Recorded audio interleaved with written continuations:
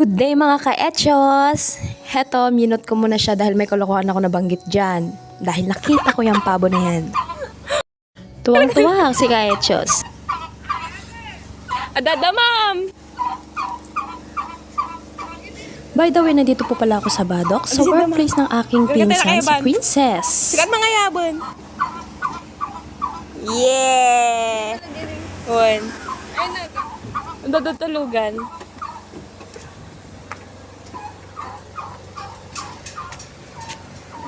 On the cycle rice. Oh! So, bakit nga pala kami narito? Nandito po kami para bumisita sa aking pinsan at papirmahin na rin siya. Nagpa-autograph kami kasi famous eh. Charot.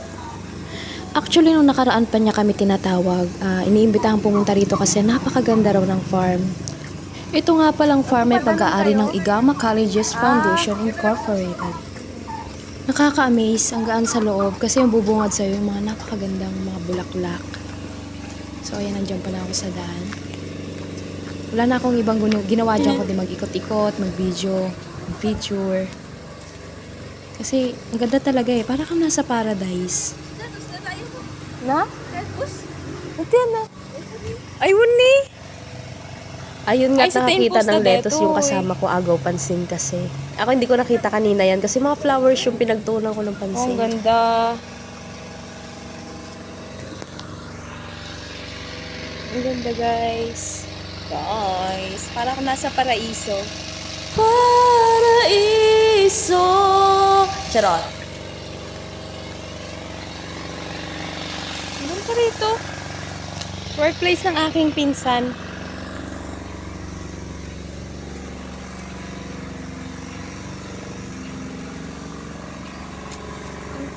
Oh wow, nakita nyo yan? Parang Japanese style eh. Hi! Hindi ko kasi alam tawag dyan. Comment nyo na lang po kung alam nyo. Diyan nga nag-hi ako at nakita ko yung mga manggagawa. Yung mga kasama ng pinsan ko, napakasipag nila. Kahit tirik yung araw. Andun sila. Mga pababae, mga palalaki. Sobrang sipag talaga. Yan ang mga Ilocano. Parang paraiso.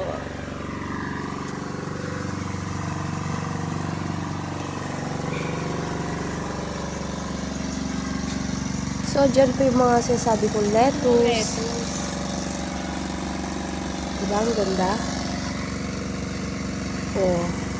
Nanakan ko pa. Kasi na-amaze talaga ako. Hindi ka. Para gusto ko nga tikman ito yung mga green lettuce.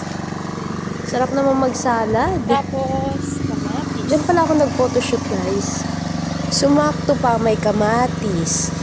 Tapos dun sa may kabilang dako, sa kabilang side, merong talong, Ganda.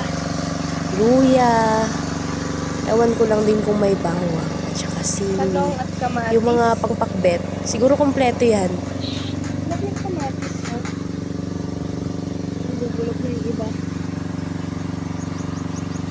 Narinig nyo yon? Kahit wala kayong masyadong kapitbahay kung ganito yung mga naririnig yung Igama mga ibon sa farm. paligid. Ito ako sa Igama Ang farm. saya na. Masarap sa pakiramdam. Sobra. Nagpintas!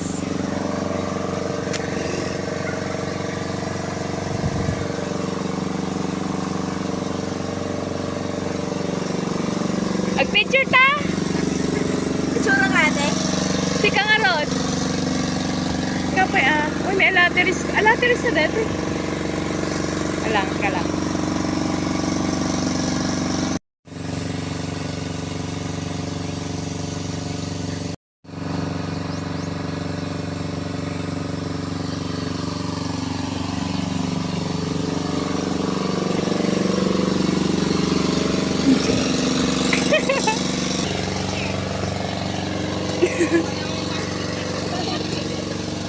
At ayun, nag-enjoy ako habang sila, pa-picture daw sila. May video man. Doon sila sa ilalim ng alateris. Maya-maya, ito naman si Mami. Basta, ang kulit. Nagtago siya doon sa may puno. Pero yung totoo, pabalik-balik ako sa lettuce ha. Kulang na lang magbulsa ako niyan. Sa kabila niyan, meron din silang lasuna or onion rings. Onion rings. Onion leaf. Tapos feeling ko sili itong mga to eh. Diba?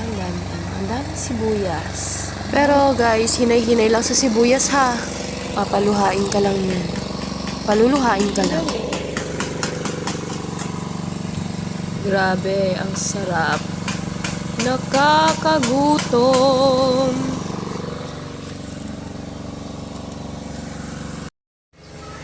At syempre, magpapahuli pa ba ang inyong kaechos? So, sobrang ganda ng view. Pagbibidyo agad yung ginawa ko. I hope guys na-enjoy nyo ang aking simpleng vlog. Kung gusto nyo pong dumalaw dito lang po ito sa Badok. Sa Igama Farm. Under siya ni Tesda. Okay, then thank you for watching. Love you, mwah mwah.